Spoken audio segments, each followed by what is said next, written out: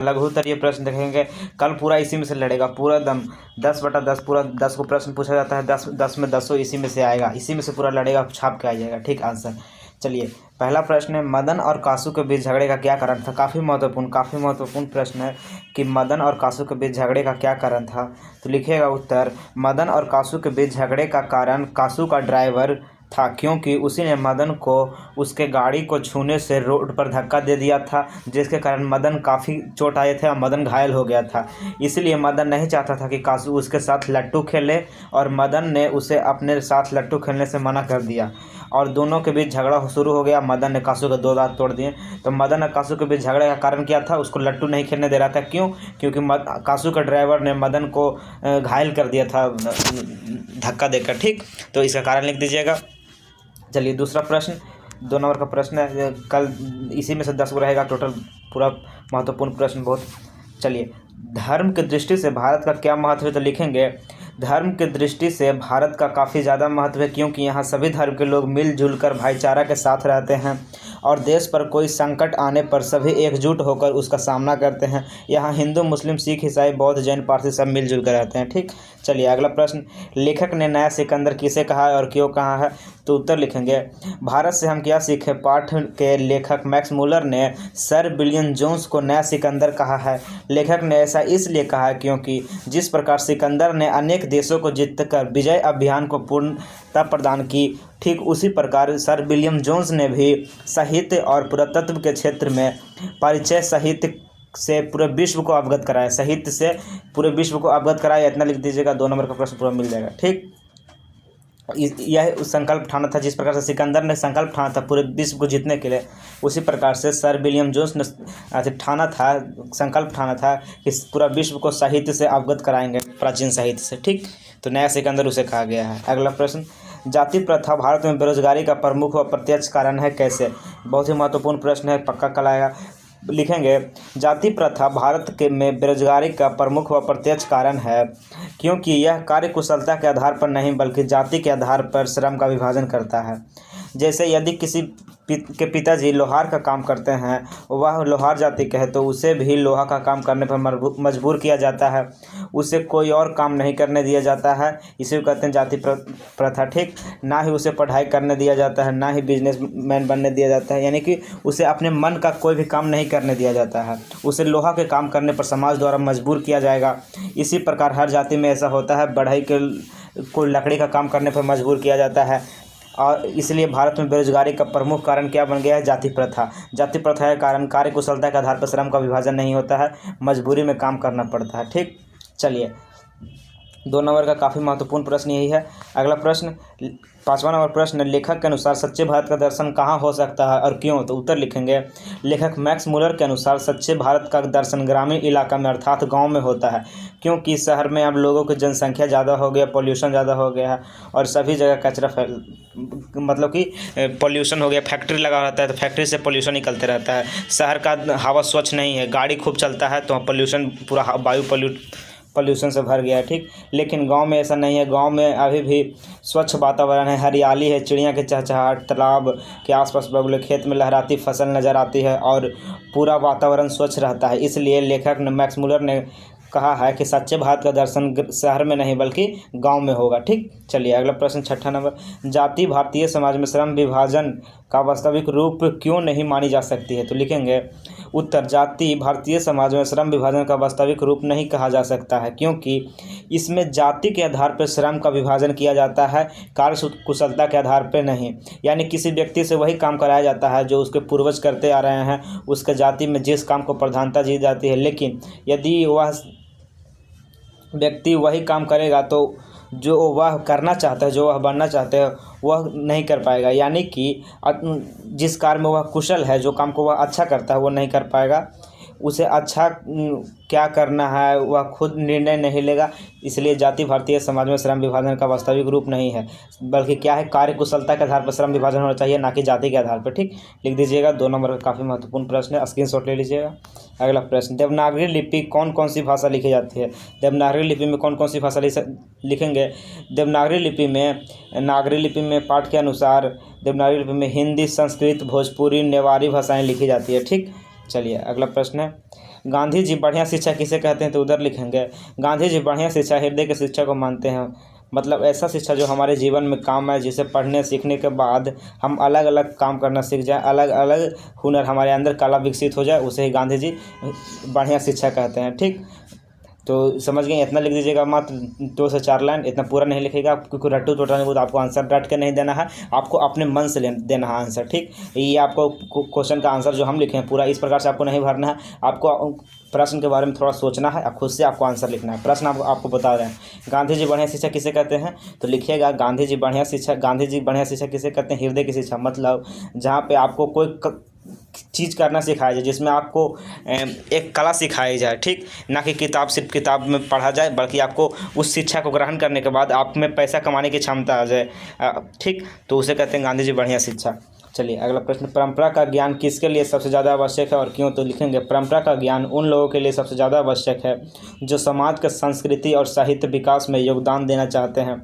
साहित्य के वर्गीय आधार का विवेक लेखक इसलिए महत्वपूर्ण मानता है क्योंकि यह साहित्य के मूल्यांकन में एक महत्वपूर्ण भूमिका निभाता है। तो समझ गए परंपरा का ज्ञान किसके लिए आवश्यक है और क्यों, तो लिखिएगा परंपरा का ज्ञान उन लोगों के आवश्यक है जो साहित्य में परिवर्तन चाहते हैं, समाज के संस्कृति और साहित्य में विकास चाहते हैं। ठीक, चलिए अगला प्रश्न है, दाही वाली मंगम्मा पाठ में बहू ने सास को मनाने के लिए कौन सी तरीका अपनाया, तो लिखेंगे दाही वाली मंगम्मा पाठ में बहू ने सास को मनाने के लिए अपने बेटों को उसके घर भेज दिया, क्योंकि मंगम्मा उसके पोते से काफ़ी लगाव था और फिर वह बहू जाकर मंगम्मा से माफ़ी मांगती है और उसे अपने साथ रहने के लिए मनाती है। इस प्रकार से सास को मनाने के लिए बहू ने अपने बेटे का मदद लिया और बहू ने सास को मनाया था। ठीक, चलिए अगला प्रश्न है, सीता अपने ही घर में घुटन क्यों महसूस कर रही थी, तो उत्तर लिखेंगे धरती कब तक घूमेगी कहानी के मुताबिक सीता अपने घर में ही घुटन महसूस करती थी, क्योंकि सीता के 3 बेटे एक बूढ़ी विधवा माँ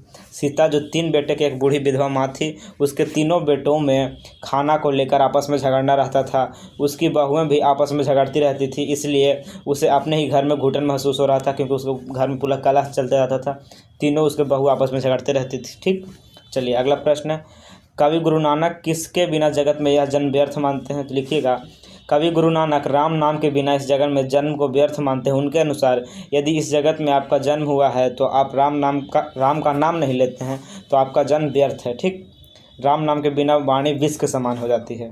अगला प्रश्न, कबीरस खान ने कृष्ण को चोर क्यों कहा है, तो उत्तर लिखेंगे कबीरस खान ने कृष्ण को चोर इसलिए कहा था क्योंकि उन्होंने गोपियों को अपने रूप सौंदर्य से बांधकर गोपियों का चित्त को उनके मन में चुरा लिया है। गोपियां उनके मन के वश में आ गई है, उन्होंने गोपियों को चित्त का हरण कर लिया है, इसलिए चित्त चोर कहा गया। कृष्ण को क्या कहा जाता है, मन पावन चित्त चोर।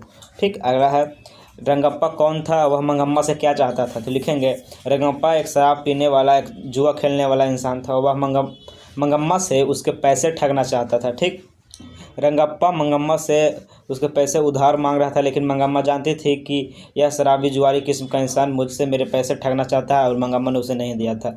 लिख दीजिएगा। ठीक, कुआं के पास, अवलूर के पास का जो कुआं था उसी के पास ठग रहा था। ठीक, चलिए अगला है, मंगम्मा को उसके बहू के साथ किस बात को लेकर विवाद था, तो पोते को लेकर विवाद था ना।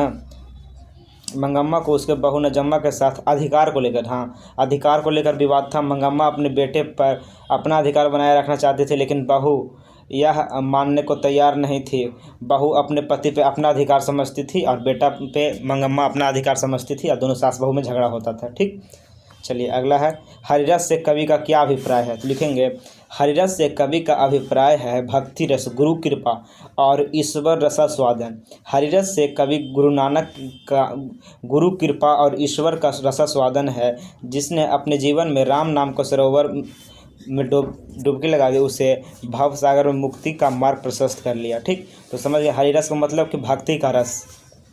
अगला है, विष के दांत कहानी का नायक कौन है, तो उत्तर लिखेंगे विष के दांत कहानी का नायक मदन एक ऐसा पात्र है जो अहंकारी के अहंकार को नहीं सहन करता है, बल्कि उसका स्वाभिमान जागृत होता है। वह खोखा जैसे बालक को ठोकर देकर वर्षों से दबे अपने पिता की आंखों को भी खोल देता है। संपूर्ण कहानी में मदन को एक क्रांतिकारी भूमिका है, अतः इस कहानी का नायक मदन है। ठीक, चलिए अगला प्रश्न है, बहादुर अपने घर से क्यों भागा था? तो लिखेंगे उत्तर, बहादुर अपने घर से अपनी माँ के डर से भागा था। ठीक, क्योंकि बहादुर की माँ उसे बहुत मारती थी, बहुत मारी थी। ठीक, बहादुर को उसकी माँ ने कसाई की तरह खूब मारा था, इसलिए बहादुर माँ के डर के कारण, माँ के मार के कारण घर छोड़कर भाग गया था। लिख दीजिएगा 2 नंबर का प्रश्न। आप क्वेश्चन पढ़ के अपने मन से ही आंसर सेट कीजिएगा। ठीक, ये जो हम लिखा रहे हैं उसको नहीं लिखे, क्योंकि अपने अनुसार लिखा जाता है। यहाँ से आप थोड़ा बहुत मदद ले सकते हैं इस आंसर से, लेकिन आपको अपने अनुसार लिखना है, अपने शब्दों में उत्तर। अगला है, भारत माता अपने ही घर में प्रवासिनी क्यों बनी है? तो उत्तर लिखेंगे, भारत माता अपने ही घर में प्रवासिनी इसलिए बनी हुई है क्योंकि उसे अपने ही देश में अंग्रेज़ों द्वारा प्रताड़ित किया जा रहा है। भारत माता के संतानों को अंग्रेज़ों द्वारा पूरा लूट लिया जाता है, भारत को लहूलुहान कर दिया जाता है अंग्रेज़ों के द्वारा, इसलिए भारत माता अपने ही घर में क्या प्रवासिनी बन चुकी है। चलिए अगला प्रश्न है, नेताओं के बारे में कवि प्रेमघन क्या कहते हैं, उनका क्या राय है? तो लिखेंगे, नेताओं के बारे में कवि प्रेमघन का राय यह है कि जिनसे ढीली ढाली धोती नहीं संभलती है वह देश का प्रबंध करने चलते हैं, देश को संभालने चलते हैं, लेकिन उनसे एक ढीली ढाली धोती नहीं संभल सकती है।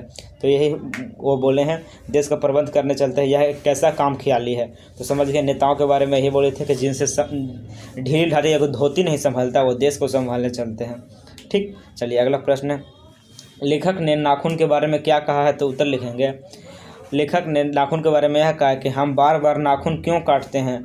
वह कहते हैं कि नाखून पाश्विक वृत्ति का प्रतीक है और हम नाखून को बार बार काट कर उसी पाश्विक वृत्ति का और बर्बरता का समाप्त करना चाहते हैं। ठीक, ये नाखून निर्लज अपराधी की तरह हैं, इन्हें कितना भी काटो निर्लज अपराधी की तरह पुनः हाजिर हो जाते हैं। नाखून हमारे पशुता का प्रतीक है, यही बोले थे। ठीक, 2 नंबर का प्रश्न लिख दीजिए।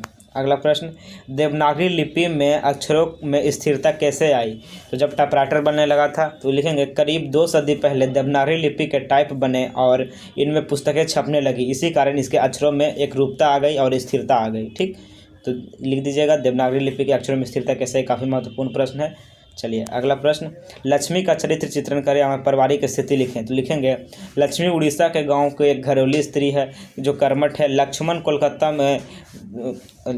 कोलकाता में काम करते हैं और कुछ भेजते थे, जिससे उन बच्चों का पालन पोषण नहीं हो पाता था, इसलिए वह तहसीलदार साहब के यहाँ छोटा मोटा चौका बर्तन के काम करती थी, खाना दाना बनाती थी। ठीक, वह पति परायण थी, तो उसके पति जो थे लक्ष्मण, वो कलकत्ता में काम करते थे और पैसे भेजते थे, लेकिन उससे उसका भरण पोषण नहीं हो पा रहा था, तो वह तहसीलदार के यहाँ काम करती थी। ठीक, तो समझ गए, वह उड़ीसा के गाँव का एक स्त्री थी लक्ष्मी। चलिए अगला प्रश्न है, ढाते विश्वास कहानी में बाढ़ का चित्रण अपने शब्दों में करें। तो लिखेंगे, दलेई बांध पर काफ़ी श्रम करके भी लोग सफल ना हो सकें और बांध टूट ही गया।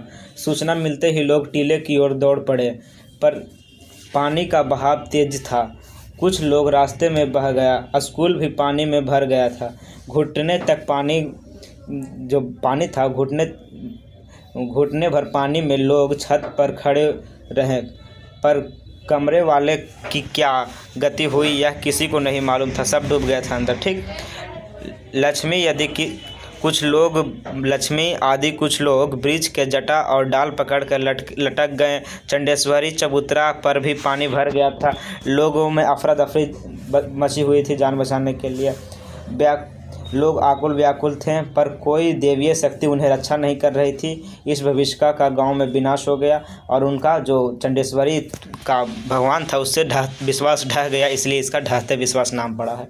ठीक, अगला है, माँ कहानी शीर्षक का सार्थकता स्पष्ट करें। तो लिखेंगे, इस कहानी में दिखाया गया है कि किस प्रकार एक माँ अपने बच्चे से कितना प्रेम करती है। मंगू की माँ भी उससे बहुत ज़्यादा प्रेम करती थी। मंगू एक गूंगी और पागल लड़की थी, फिर भी उसकी माँ उससे अस्पताल में नहीं भेजना चाहती थी, वह अपने पास रखना चाहती थी और उसका देखभाल करती थी। मंगू के अस्पताल जाने के बाद माँ भी पागल हो गई थी। इस कहानी में माँ की ममता को दर्शाया गया है, इसलिए इसका शीर्षक माँ होना ही चाहिए, बहुत सार्थक है। ठीक, लिख दीजिएगा, 2 नंबर का प्रश्न है। अगला प्रश्न, डुमराव की महत्ता क्यों है? तो लिखेंगे, डुमराव का महत्व इसलिए क्योंकि यहाँ उस्ताद बिस्मिल्लाह खां का जन्म हुआ था, जो शहनाई वादक थे। शहनाई बजाने में उन्होंने एक नई क्रांति लाई थी, उनका एक महत्वपूर्ण योगदान था शहनाई के क्षेत्र में, इसलिए और उनका जन्म डुमराव में हुआ था, इसलिए डुमराव की महत्व है। ठीक, चलिए अगला प्रश्न, कवि ने परिजन किसे कहा है? तो उत्तर लिखेंगे, कवि धनानंद ने बादलों को परिजन कहा है, जो दूसरों के लिए देह धारण करते हैं। कवि धनानंद बादलों के जरिए अपने आंसू अपने प्रेमिका सुजान के यहाँ पहुँचाना चाहते थे, इसलिए उन्होंने बादलों को परिजन कहा है। ठीक, यह भी पूछा जा सकता है कि दूसरों के लिए देह धारण कौन करता है, तो बादल करते हैं। ठीक, चलिए अगला प्रश्न है, शानदार लवादा किसका गिर जाएगा और क्यों, तो लिखेंगे कवि रेनर मारिया रिल्के के अनुसार शानदार लवादा प्रभु का गिर जाएगा यदि हम भक्त नहीं रहेंगे। तो भक्त ही नहीं रहेगा तो ईश्वर का कोई अस्तित्व नहीं रहेगा, ईश्वर का शानदार लवादा गिर जाएगा। काफ़ी महत्वपूर्ण प्रश्न है। ठीक, चलिए 29 नंबर प्रश्न, कवि जीवनानंद दास अगले जन्म में क्या बनकर आने की संभावना व्यक्त करते हैं, तो लिखेंगे लौट कर आऊँगा फिर। कविता के अनुसार कवि जीवनानंद दास जी अगले जन्म में चिड़िया, कौवा, हंस, उल्लू या सारस बनकर बंगाल में आने की इच्छा व्यक्त करते हैं। सबसे लास्ट प्रश्न, बहादुर ने लेखक का घर क्यों छोड़ दिया, तो लिखेंगे अमरकांत द्वारा लिखी गई कहानी बहादुर में बहादुर ने लेखक का घर इसलिए छोड़ दिया क्योंकि परिवार के सदस्यों द्वारा उसका शोषण किया जाता था। बहादुर एक गरीब बच्चा था और मानवीय स्नेह से संवेदनाओं की कमी से जूझ रहा था। दिन रात लेखक के पुत्र द्वारा पिटाई, मालकिन का झिगड़ना एवं थप्पड़ लगाना, अंततः चोरी के झूठे आरोप के कारण बहादुर ने लेखक का घर छोड़ दिया और चला गया था। ठीक, चलिए टोटल इतना ही प्रश्न था।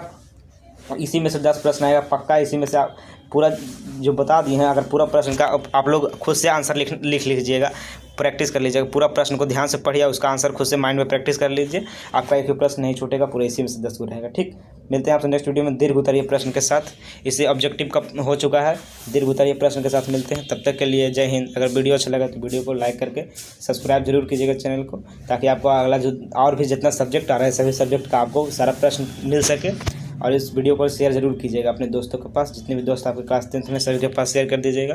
कल आपको इसी में से परीक्षा में प्रश्न लड़ेगा, इसी में से टोटल प्रश्न आएगा। ठीक।